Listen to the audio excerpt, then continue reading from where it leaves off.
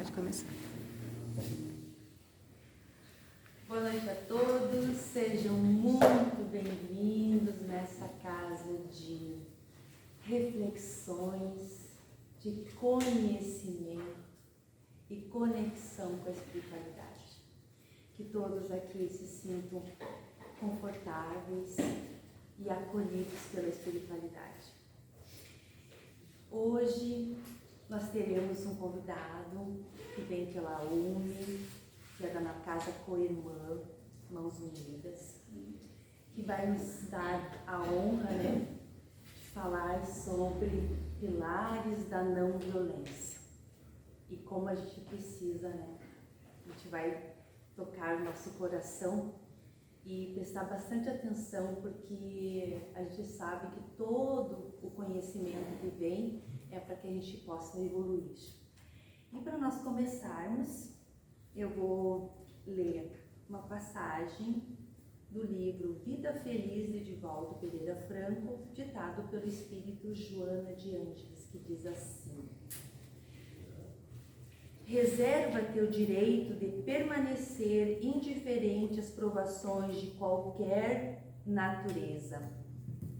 Nenhuma época de insensatez como essa, o mal anda em liberdade, seduzindo os incautos. Aqui é a ira dos outros que te agride. Ali está o sexo sem freio que te sensibiliza. Acolá, eis a ambição que te desperta o interesse. Próximo se encontra o vício enredando vítimas. Em torno de ti, a diversão perturbadora campeia. Por toda parte, a vitória do crime e da dissolução dos costumes multiplica os seus tentáculos qual polvo cruel e dominador. Olha essas facilidades como a estrada de espinhos venenosos que a grama verde e agradável esconde no chão, e não te permitas pôr-lhes os pés, evitando teus acidentes de efeitos danosos. Com essa mensagem, que a espiritualidade amiga que está aqui, que nos trouxe, nos conduziu até esse momento, que estamos aqui encarnados, desencarnados e os que estão online também, possam nos tranquilizar a nosso coração, a nossa mente, para que possamos entender todo esse contexto que nos acontece todos os dias através do conhecimento, para nos aprendermos a crescer com Jesus. Porque quem procura uma casa de oração, quem procura um conhecimento, é porque está procurando Jesus. E aí nós estamos aqui para isso, Então, para começarmos mais um pouquinho, convido então o grupo Canto Lírico, Fraternidade em Canção, estou lá no outro, Fraternidade em Canção, com a música Pelos Caminhos do Mundo. E após daí, o nosso amigo Genir Tassi já pode se postar aqui. Tá? Boa noite a todos.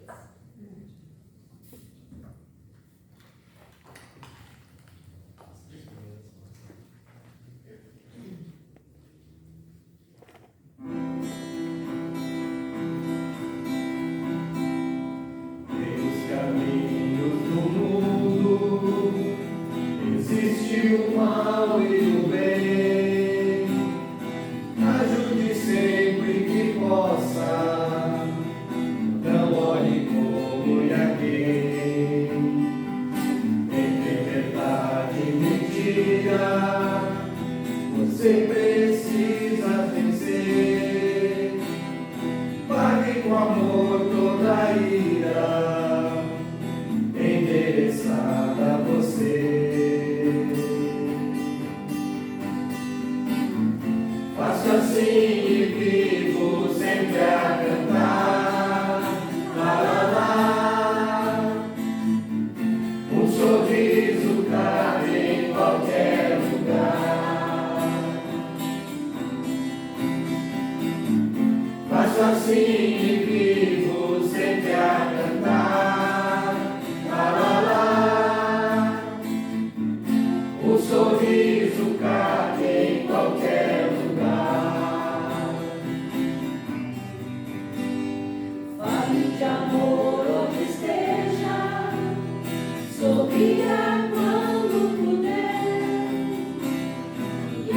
direita não veja, o que a esquerda fizer. Quem tem amor sempre doa e sente paz no viver. Se ofendido perdoa e busca depressa esquecer. Faço assim e vivo sempre a cantar. Lá, lá, lá. Um sorriso cabe em qualquer lugar. Faço assim e vivo sempre a cantar. Lá, lá, lá. Um sorriso cabe em qualquer lugar. Fale de amor onde esteja, sorria quando puder. Que a mão direita não veja o que a esquerda fizer. Porque amor sempre doa e sente paz no viver. Se ofendido perdoa e busca depressa esquecer. Faço assim e vivo sempre a cantar. Lá, lá, lá. Um sorriso cabe em qualquer lugar. Faço assim e vivo sempre a cantar. Lá, lá, lá. O sorriso cabe em qualquer lugar.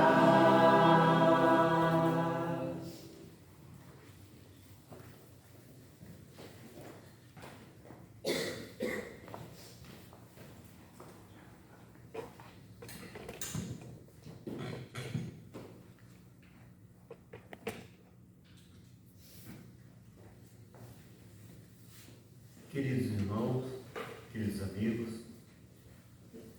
que a paz, que a irmandade, o coração amigo nos envolva. Conforme pedíamos em prece, que as boas bênçãos da espiritualidade maior nos envolvam. Não é por outra razão que nós estamos em uma casa espírita.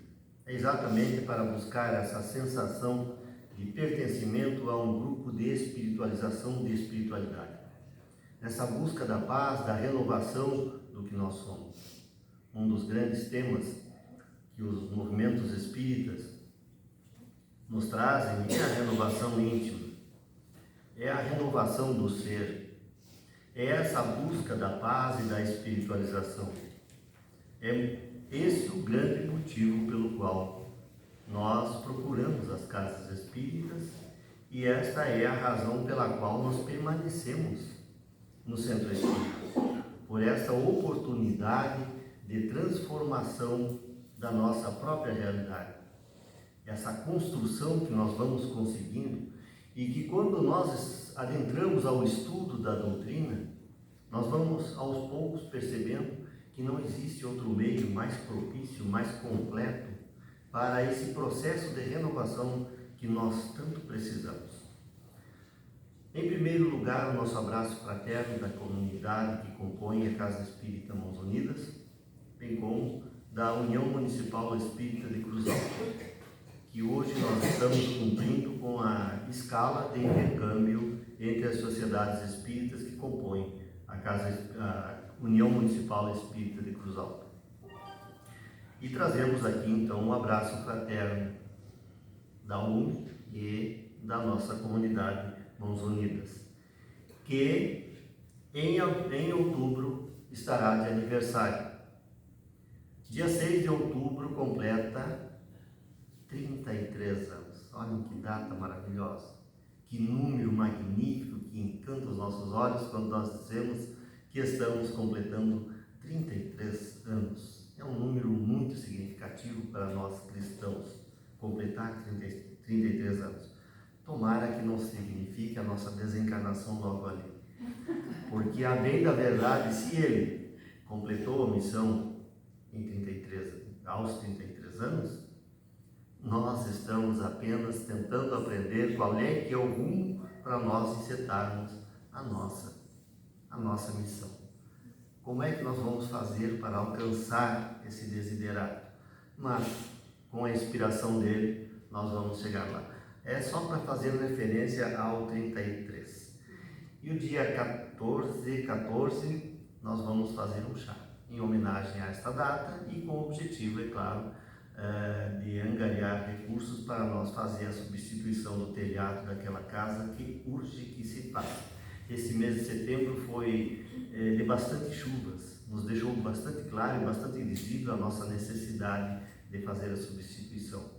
Estamos na dependência agora da Corsan, fazer a substituição do relógio que vai ser colocado no formato padrão da exigência da Corsan. No momento que ela fizer essa parte, nós vamos dar andamento à primeira etapa da reforma e possivelmente aqui no março, aí pela metade de outubro, nós vamos precisar de socorro, porque como vai ser a substituição total do telhado, nós não poderemos continuar os nossos trabalhos lá naquele prédio, o que nos faz procurar um outro ambiente que nos receba. E adivinhe, quem nos receberá senão a nossa casa-mãe? A nossa casa-mãe. Nós sempre fizemos questão de frisar bastante essa condição de nos sentirmos filhos do Fraternidade. Nós somos filhos e não poderíamos ir buscar em outro lugar senão na casa de mamãe, da casa-mãe. Embora lembramos que o nosso Otto Bechorin, quando tinha um programa na Rádio Cruz Alta, um pouco mais de tempo atrás, o inesquecível Otto Bechorin, ele se referia ao caminho da luz, esse sol de nossas almas, como a casa máter do Espiritismo em Cruz Alta. Mas eu pessoalmente considero, pelo menos, o Fraternidade, porque inclusive o caminho da luz é filho também do Fraternidade. Conclusão, o Bezerra é neto. Tá certo. Então está feito o convite. Todos nós estamos convidados para participar desse chá. Porque, embora seja uma festa de aniversário, embora tenha um objetivo de recursos para a nossa casa, vai ser um encontro festivo e muito bom se estar presente. Nós estivemos há poucos dias atrás, lá no Caminho da Luz, onde será o nosso chá, aquele mesmo salão, e vimos como é bonito um ambiente cheio de pessoas espíritas, como faz bem para a nossa alma, como é iluminado um ambiente como esse, cheio de pessoas espíritas. Faz muito bem. Então vamos convidar todos para estarmos lá. E a nossa conversa hoje nos remete ao Luiz Roberto Scholl, nosso irmão aqui de Santo Ângelo, que já esteve algumas vezes junto conosco nas comemorações de aniversário da nossa casa. E ele estará de novo este ano, abrindo o mês espírita da Casa Espírita Mãos Unidas, dia 1º, agora domingo, com a palestra O Espiritismo e a Renovação. Estamos todos convidados. Esta ainda será lá no prédio, porque não começamos ainda a reforma, mas já começamos o nosso mês espírita. E ele falará sobre esse livro, O Espiritismo e a Renovação. Então, o que nós fazemos agora é um prêmio, apenas, para nós já começarmos a entrar no tema que será muito bem corrigido e depois e devidamente colocado pelo próprio Scholl, que vai fazer então a nossa palestra de domingo à noite, às 20 horas. A nossa conversa sobre o último capítulo desse livro, O Espiritismo e a Renovação Social, lá no último capítulo, falando sobre os pilares da renovação, os pilares da não violência. E nós vivemos esse momento tão grave da humanidade, em que parece-nos que a violência campeia. Se em muito pouco tempo atrás nós vivíamos a violência bruta da sobrevivência, hoje parece-me que a violência é muito mais moral, mas ainda está também presente a violência física em todas as suas expressões, ainda notamos nos nossos meios. Isso é um apanágio desses tempos de transição. E eu quero fazer aqui um pequeno parêntese quando se fala em transição. Porque, infelizmente, quando nós falamos em transição planetária, que o nosso planeta, que é de provas e expiações, transitará para um mundo de regeneração, muitos de nós, inclusive nós espíritas, e inclusive nós, às vezes, ao colocar a questão, pecamos. Porque nós deixamos escapar um entendimento, ou permitimos que se compreenda que o mundo vai se transformar. A Terra vai acontecer cataclismos, não sei o que mais, e ela vai se transformar por si só em um mundo de regeneração. Não. Nós é que temos que nos pôr em processo de regeneração. Quando nós nos transformarmos, aí sim. Porque os cataclismos que acontecem, e sempre aconteceram, e vão continuar acontecendo, e parece que esse ano foi para nós no Rio Grande do Sul, há alguns anos atrás foi nos Estados Unidos, vários tornados varreram áreas inteiras dos Estados Unidos. Um pouco mais de dias foi no outro lado do mundo uma tsunami que varreu algumas cidades.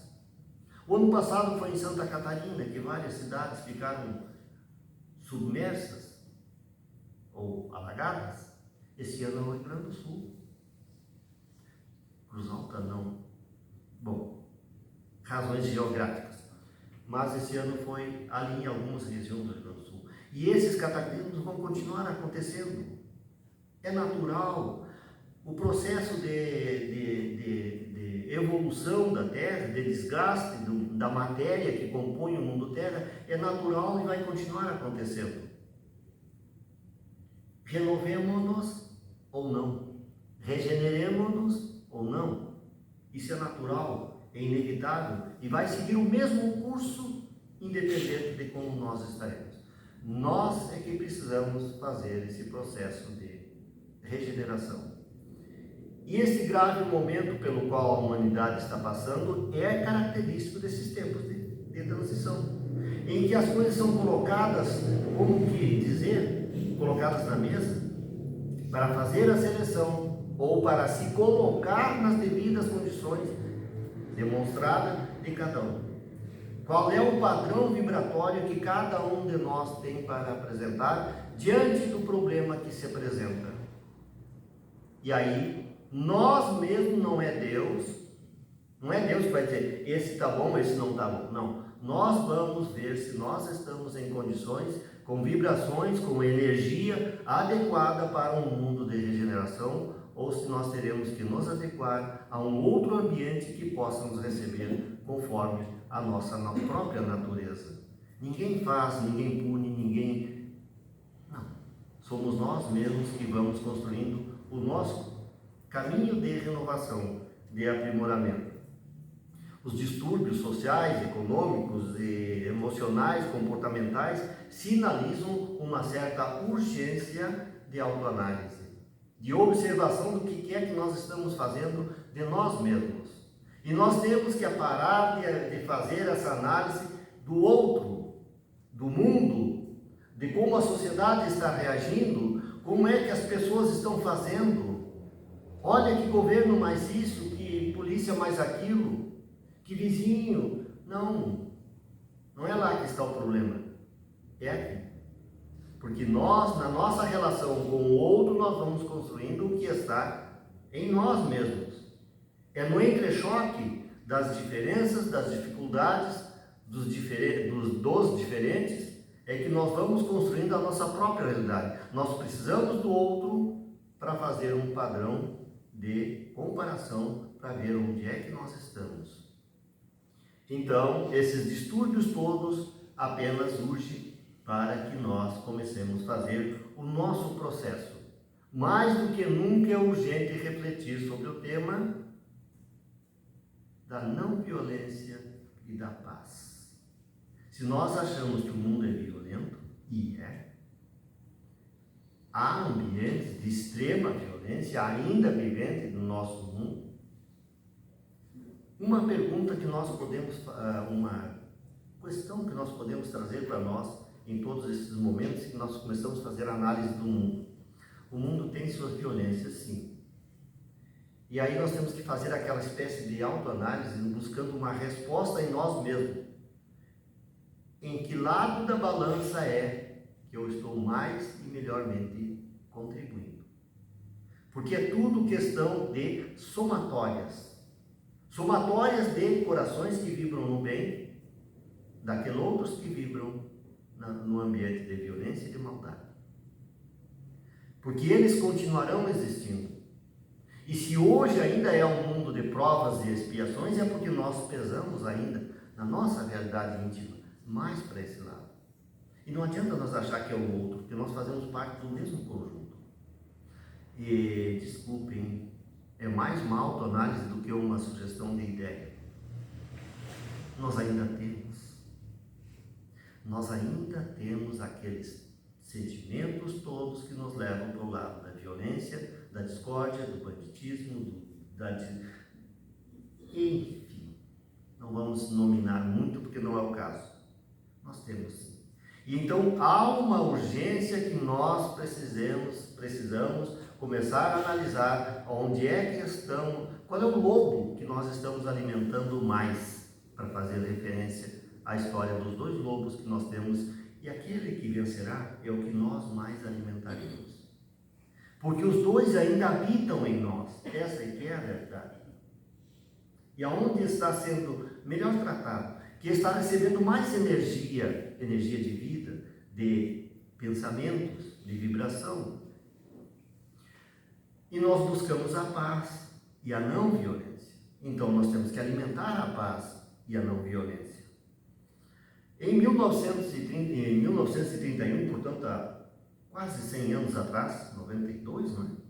Quase 100 anos atrás, Albert Einstein, esse espírito de escola, incomparável na sua grandeza, um missionário enviado por Jesus, embora um cientista, e que, mais um entre parênteses, em mais de um momento, de maneira bastante clara e objetiva, se disse ateísta.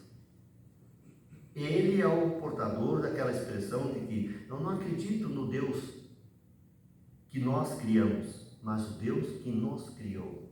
Esse eu acredito. E em mais de um momento ele deixou bem claro a sua condição de teísta, para usar uma expressão da filosofia religiosa. E lá em 1931 ele escreveu uma carta a Kant, esse outro espírito de escola, também enviado pelo Cristo, para fazer a sua missão, embora numa outra área. Escreveu uma carta a Gandhi. Einstein escreveu a Gandhi. Essas duas almas de uma grandeza. Quando duas almas desse porte se encontram, salta a faísca. Mas vamos lá, que disse ele? O grande líder cientista ao grande líder indiano. Disse ele: você demonstrou por meio de suas obras que é possível ter sucesso sem violência nenhuma. Mesmo com aqueles que não descartam o processo de violência. Que, aliás, era a oposição à qual ele agia.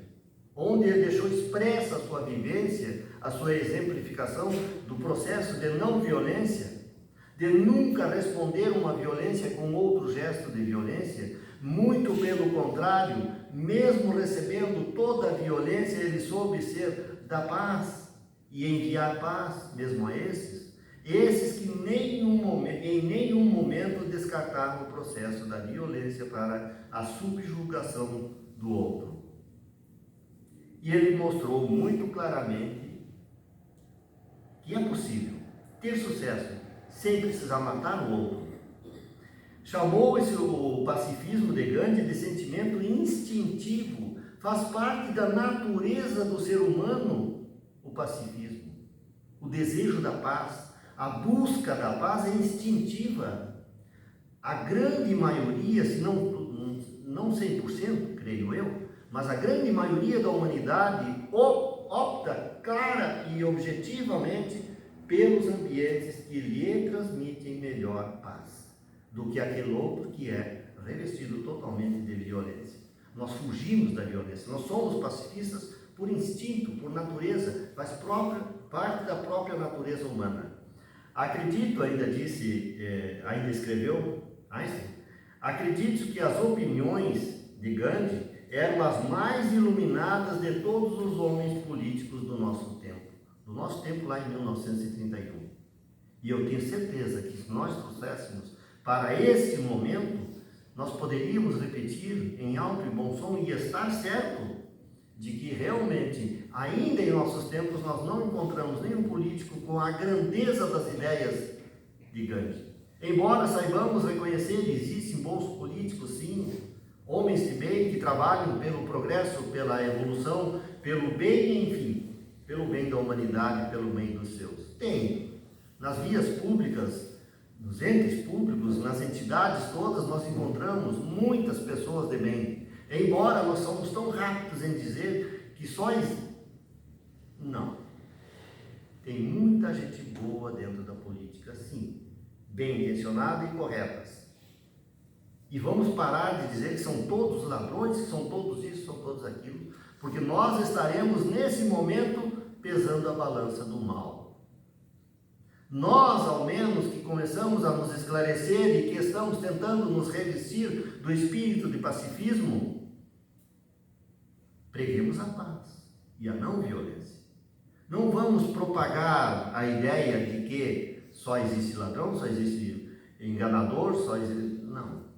Existe sim, em todos os ambientes. Se tu fizer um peso do que nós conhecemos nos nossos ambientes profissionais, de vizinhança, nós vamos ver que a grande maioria das pessoas são boas. Boas como nós, pelo menos. Não é largando de coisas de bons, mas são bons, propensos ao bem. E bem poucos propensos à violência, à maldade. Eu fico olhando às vezes para os meus vizinhos e não vejo nenhum com espírito de maldade absoluta. Aliás, não tem nenhum com maldade absoluta e muito poucos com pensamentos maus. Por que então nós achamos que o mundo é pura violência? E dizemos isso? Não, não é. Continuando, no pensamento de Gandhi encontramos já do próprio Gandhi falando: um verdadeiro humano é aquele que sente a dor do outro. Que sente em si. Isso chama-se empatia. É sentir o outro. Remove a miséria e nunca é arrogante. Olhem só. Sente a dor do outro. Empatia. Ação no bem. Remove a dor do outro. Remove o sofrer do outro. Trabalha para que ela se minore ao menos. Ação no bem. E nunca é arrogante. O verdadeiro humano nunca é arrogante. Né? Ou seja, humildade. Então, empatia, ação no bem, humildade igual a caridade. Na mais perfeita fórmula que nós aprendemos dentro da doutrina espírita, dentro do pensamento cristão. Está contido lá no pensamento de Gandhi. Quando essas grandes almas se encontram, como disse há pouco, elas saltam faíscas, porque elas vibram em um outro padrão. Por isso, nós falando de Gandhi, estamos dizendo o pensamento cristão, tão bem exarado pela doutrina espírita. Porque quando nós nos ligamos os nossos pensamentos, a nossa leitura, a nossa meditação, a nossa falação, em torno de pensamentos cristãos, nós elevamos a nossa vibração. Ao patamar, não ao patamar, mas na direção do patamar de um Gandhi, de um Cristo. O psicólogo Marshall Rosenberg desenvolveu um método denominado Comunicação Não Violência, CNV, que ganhou o mundo inteiro. E muito eficiente, inspirado lá no pensamento de Gandhi, na ação, não apenas no pensamento, mas na ação de Gandhi. E olhem só que detalhe interessante de novo nós estamos colocando. Esses grandes espíritos, eles não apenas ensinaram, eles viveram. Essa é que é a grande diferença de nós outros. Nós muito mais falamos do que agimos. Eles muito mais agiram do que falaram. O próprio Cristo não escreveu uma palavra. mas deixou a sua lição para o resto da eternidade. Porque ele viveu isso, ele demonstrou como é que é, não apenas disse. Então a comunicação não violência, vamos chamar de CNV, com o propósito de construir um relacionamento interpessoal baseado no respeito mútuo, na compaixão e na cooperação. Quando nós aprendemos a cooperar uns com os outros, com compaixão pelo sofrimento do outro, é quando nós vamos nos relacionar com quem quer que seja, em qualquer circunstância, mesmo nas mais doloridas, nas mais violentas, nós temos que aprender a fazer essa comunicação. E comunicação é tudo. Desde a postura, da posição dos olhos, da expressão do rosto, dos gestos que se faça com o corpo, com as pernas, porque aquele que para aqui assim, pronto, já perdeu o processo de comunicação não violência. Aquele que se põe ereto, respeitoso e, se possível, até da forma tão bonita de reverência que os nossos irmãos orientais usam muito, que é uma postura de curvar-se, né? Postura de respeito, de conquistar o outro, de estar num nível tal que nós consigamos desarmar a violência do outro para que ela tenha pelo menos a possibilidade de observar o que é que essa pessoa está tentando dizer. E quando ela tenta nos entender, ela não para ouvir o que nós estamos falando. Ela primeiro olha para você, nos teus olhos, vê qual é a tua postura, capta tudo que está no teu entorno, inclusive a tua energia, aquela que sai direto da alma, para depois começar a escutar o que é que esse cara está tentando dizer.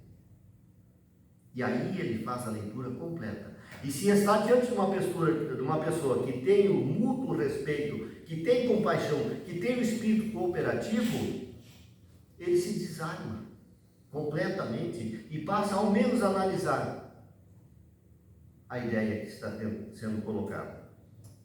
Mas o próprio, segundo Marshall, é na maneira como falamos, ouvimos o outro que está a chave das desavenças e das discórdias. Tudo nasce na postura e na forma que nós falamos com o outro. Quando a pessoa nos fala, pronto, já perdeu completamente o veio de comunicação e de entendimento. Ouvir também é comunicação. Não apenas falar, mas também saber ouvir. Está aqui o atendimento fraterno nos ensinando todos os dias como é que se deve fazer para estabelecer um processo de comunicação e de entendimento com aquele que procura o atendimento fraterno. Não é saber sentar e ouvir. E aliás, o diálogo fraterno chama-se de diálogo fraterno, mas é muito mais ouvir do que falar. Porque ouvir também é comunicação.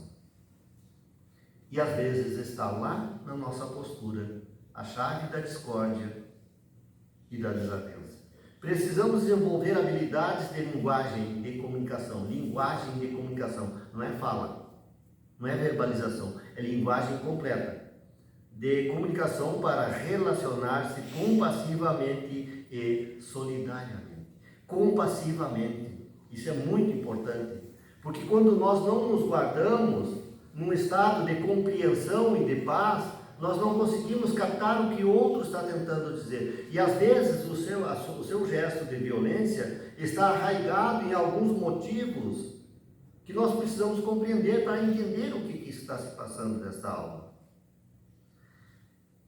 E solidariedade, compreensão para com o estado emocional desta pessoa. O escritor Vinícius Lousado, eu vi ali na frente esse livro agora, ainda há um ali à disposição, e é um livro simplesmente magnífico de leitura, como sugestão de leitura. Essa sugestão é uma obra que recomendamos a leitura, recomendamos. Claro que a recomendação aqui é do Scholl, do autor do nosso livro, muito mais dele do que nós apenas repassamos porque é realmente uma belíssima sugestão de leitura a todos nós. Ele desenvolve nesse livro a linguagem do coração muito bem e inspirado na filosofia espírita, a linguagem do coração, a linguagem da comunicação não violenta, que foi inspirada lá em Gandhi, desenvolvida por Marshall e muito belamente colocada dentro da atitude espírita pelo nosso Vinícius Lousada. Com isso, nós nos perguntamos, e aqui vem um autoquestionamento a todos e a qualquer um. É uma pergunta que não vai ser respondida aqui agora. Nós vamos levar na nossa alma para que a gente comece a fazer esse processo, porque a melhor maneira de nós transformarmos todo e qualquer ambiente dentro da nossa alma passa pela necessidade urgente de autoentendimento, de compreender o que se passa conosco. E isso quer dizer análise dos nossos valores. A primeira pergunta: se o nosso estado natural é compassivo, por que ainda acreditamos que a violência é força? E às vezes nós resvalamos e achamos que se nós nos impormos com força, com galhardia, com valentia, nós vamos subjugar o outro e vamos sair vencedores. Não. Todas as vezes que nós nos impormos a quem quer que seja, em qualquer circunstância, por mais que se imponha, nós dois somos perdedores. Ele porque se submeteu e nós porque submetemos o outro. Isso não é vitória. Então, se nós somos naturalmente compassivos, por que achamos que a violência é força? Não é não.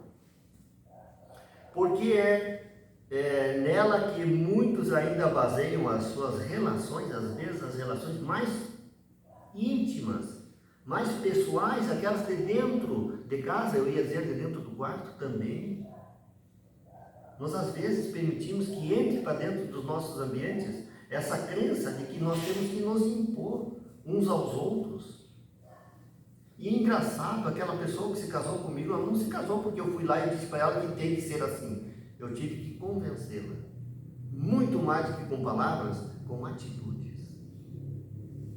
E por que com os outros, com o mundo, tem que ser através da imposição?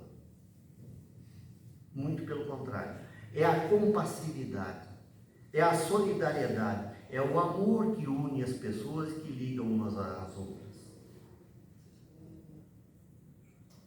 Arun Gandhi, neto do nosso Mahatma, escritor pacifista, depois ele chegou a conhecer o seu avô e conviveu ainda com ele, mas depois se fez um escritor pacifista.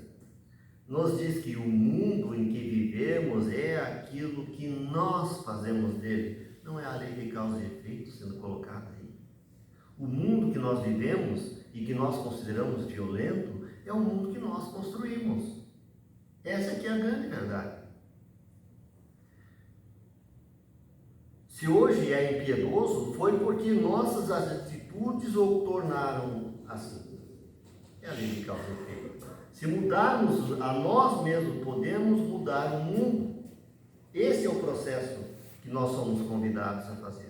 Mudarmos para que nós sejamos mais um, somando no lado do bem e possamos começar a construir o mundo novo que tanto precisamos.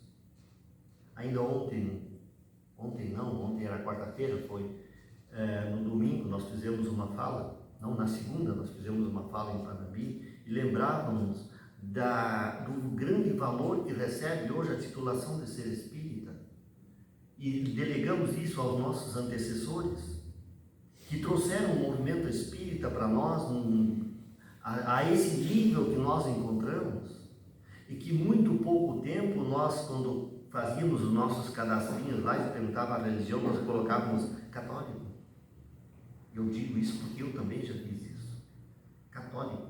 Nós não colocávamos espírita. Agora hoje nós fazemos questão de dizer a todos e a tudo que nós somos espíritas. Graças àqueles nossos antecessores que trouxeram o movimento espírita a esse patamar que nós encontramos hoje e chamavam a atenção para nós mesmos. Olhem só o nível de responsabilidade que nós temos nas mãos. Esse movimento espírita que nós recebemos tem que ser entregado aos nossos sucessores nesse mesmo nível, no mínimo, e se possível ainda um pouco melhor. Isso é um nível de responsabilidade muito grande. Mas faz-nos lembrar que nós já estamos agindo para a construção do mundo de paz. De alguma forma, por mínimo que seja, nós já estamos contribuindo, sim, para essa construção de um mundo melhor, começamos em nos transformar, porque ali adiante será mais caro ainda toda e qualquer atitude que nós tomarmos diante de qualquer circunstância. O Espiritismo é propagador da filosofia do amor e da compaixão, porque nos apresenta um Deus compassivo, amoroso, misericordioso, justo e bom. Esse é o Deus que nós aprendemos com Cristo, que veio para o pensamento espírita e que a doutrina espírita coloca de forma muito clara. Não é mais aquele Deus vingativo e que esmagava uma nação inteira porque judiou de um missionário, de um profeta. Não, aquilo não é a atitude de Deus. Deus é justo, compassivo e bom no extremo. E é esse o pensamento espírita que a doutrina espírita nos ensina. Esclarece que somos responsáveis pelos nossos atos e pensamentos também. Porque é lá no pensamento que nascem os nossos atos, que nós externalizamos logo ali adiante. E que os nossos equívocos precisam serem reparados, nunca serão punidos.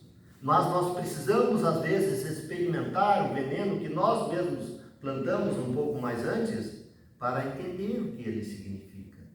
Então nós mesmos é que vamos nos corrigindo, criando as condições para que a corrigenda venha. Não é punição, é a ação no bem que nos regenera.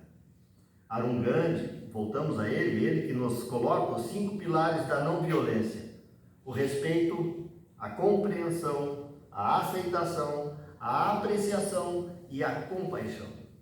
Esses são os grandes pilares da renovação, da não violência. Todos nós sabemos perfeitamente bem, mas vamos fazer um passo a passo. Respeito por qualquer pessoa ou ser vivo ou pela natureza.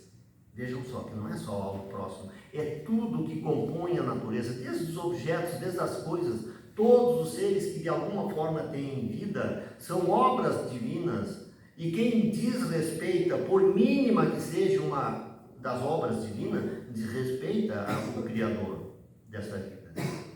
Portanto, o respeito ele é absoluto e total. Em todas as nossas atitudes se faz, no mínimo, se faz necessário. Então, como não amar o próximo? Se é segundo o nosso entendimento, não sei se Deus espera que nós pensemos assim, mas segundo o nosso entendimento, a criatura mais importante para nós é o próximo, que está em estado de igualdade perante nós. Que seria, para o nosso ver, a criatura mais evoluída que Deus colocou na Terra.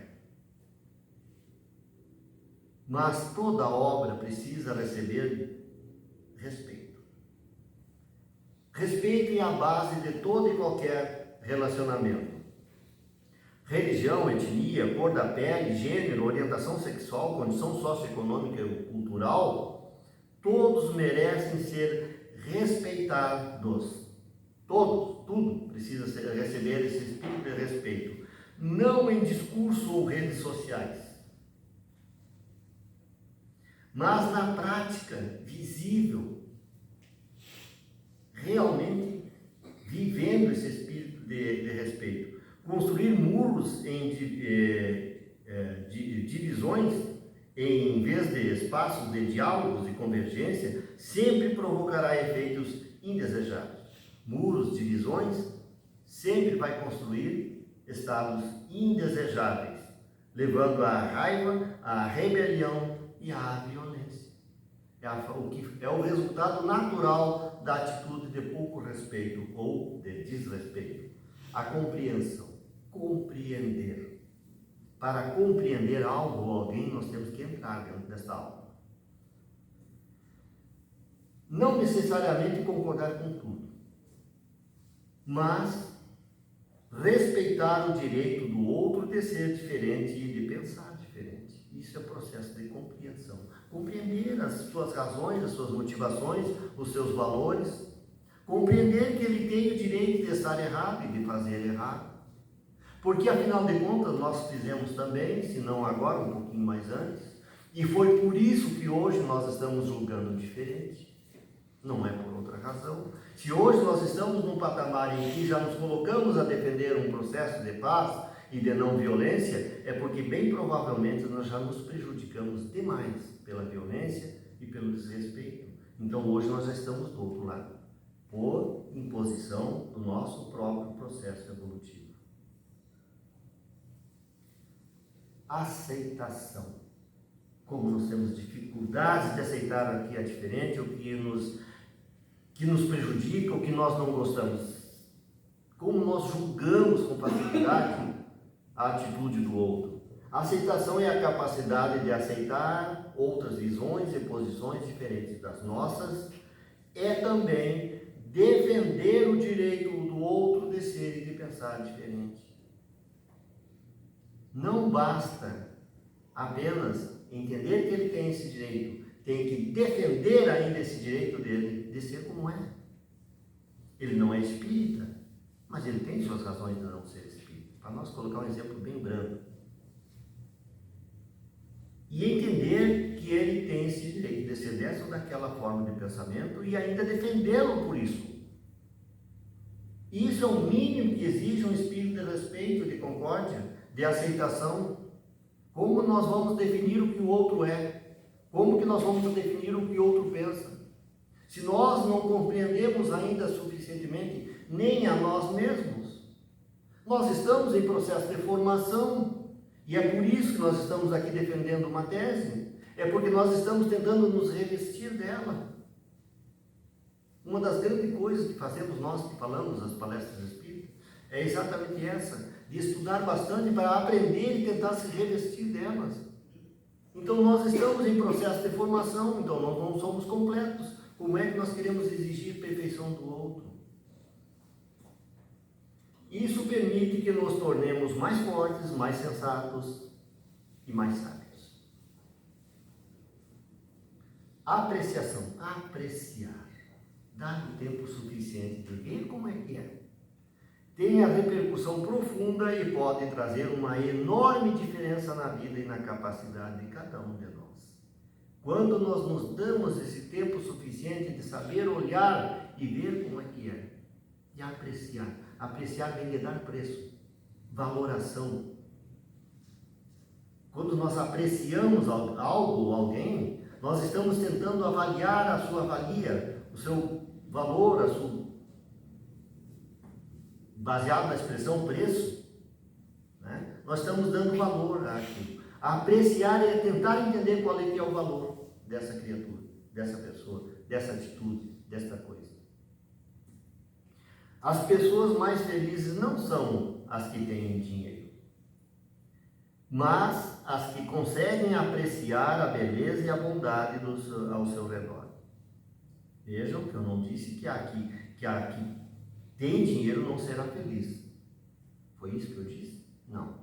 Não é o quanto se tem de dinheiro, mas a forma que você age perante a vida, saber apreciar os valores, as belezas, as condições, independente da sua condição socioeconômica, porque nós todos temos o direito, sim, de fazer os nossos ganhos, de aumentar os nossos ganhos, porque não é ele que faz a nossa felicidade, porque tendo grandes somos ou não tendo nenhuma, tudo depende muito de como nós nos portamos diante das circunstâncias, como nós apreciamos a vida. Aquele que sabe apreciar a vida, independente de ter pouco ou ter bastante, esse será feliz, porque saberá caber-se em si e dar o valor certo a cada uma das coisas que tem ou que... Compaixão. E aqui nós batemos no coração cristão de novo. É muito mais do que alguns atos de bondade ou de benevolência, embora também são muito importantes. São os atos de bondade e de benevolência, a soma deles é que vai nos acostumar a isso. Quando eu saio lá na vila levar as sacolas que são do banco do alimento, eu faço questão de dizer, não é nosso, não é meu. O meu é só o serviço de trazer até aqui. E isso vem lá do banco do alimento, quer dizer, da comunidade de Cruz Alta. Mas a somatória das vezes que eu vou lá e faço contato pacífico, bondoso, compreensivo, com paixão, com solidariedade, eu vou aos poucos aprendendo o quanto é bom ser bom. Então, os atos de benevolência, de bondade, não são tudo, mas é onde a gente aprende esses valores, é no ato, na vivência, no gravar no íntimo do nosso coração o como é bom receber um sorriso, um agrado de uma criatura que há um minuto atrás era só amargura e tristeza, e você transformou aquele momento daquela pessoa. Isso é profundamente importante para todo e qualquer de nós. Nós precisamos ter compaixão quando estamos diante dessas pessoas, agir de forma tal que não reste a ele nenhum motivo de desconforto com relação à tua visita, ao teu abraço, à tua fala, ao teu gesto, mas que ela compreenda que naquele momento, pelo menos, era uma pessoa importante e que recebeu um carinho.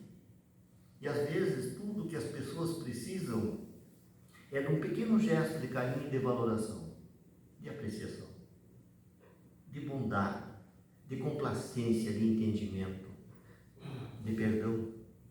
A grande maioria das pessoas precisam sentirem-se perdoadas. É interessante ouvir isso, que as pessoas precisam se sentir perdoadas. Aliás, eu digo isso para vocês, eu também preciso me sentir perdoado, porque quando a gente age, a gente sempre traz uma carga daquelas atitudes que nós preferimos não ter tomado. E a gente traz isso com a gente. E gostaríamos que as pessoas fossem compreensivas, portanto, perdoassem as nossas falhas.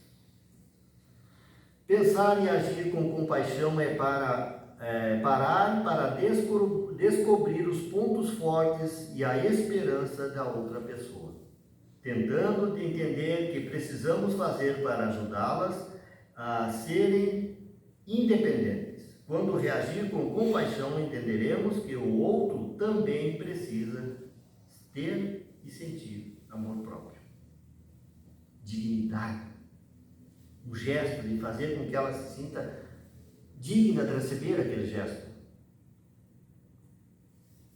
Em O Evangelho segundo o Espiritismo, do Espírito Miguel, lá no Evangelho segundo o Espiritismo, sob o título Piedade, nós encontramos esse ensinamento. Deixai que os vossos corações se enterneçam ante o espetáculo da miséria e do sofrimento dos vossos semelhantes. Permitir que a sensibilidade entre dentro da nossa alma, porque se nós não nos comovermos nem nesse momento, nós não estamos prontos ainda. Então é melhor nós nos revestir um pouco mais do espírito de bondade e de compreensão para depois ir até lá. Para quando chegar lá, permitir que a nossa alma se enterneça com a situação, faça que aquela situação toda comova os nossos sentimentos. As pessoas precisam desse gesto de compreensão. Vossas lágrimas são um bálsamo que lhes derramais nas feridas, e quando por bondade e simpatia chegais a lhes proporcionar a esperança e a resignação, que encanto não experimentareis.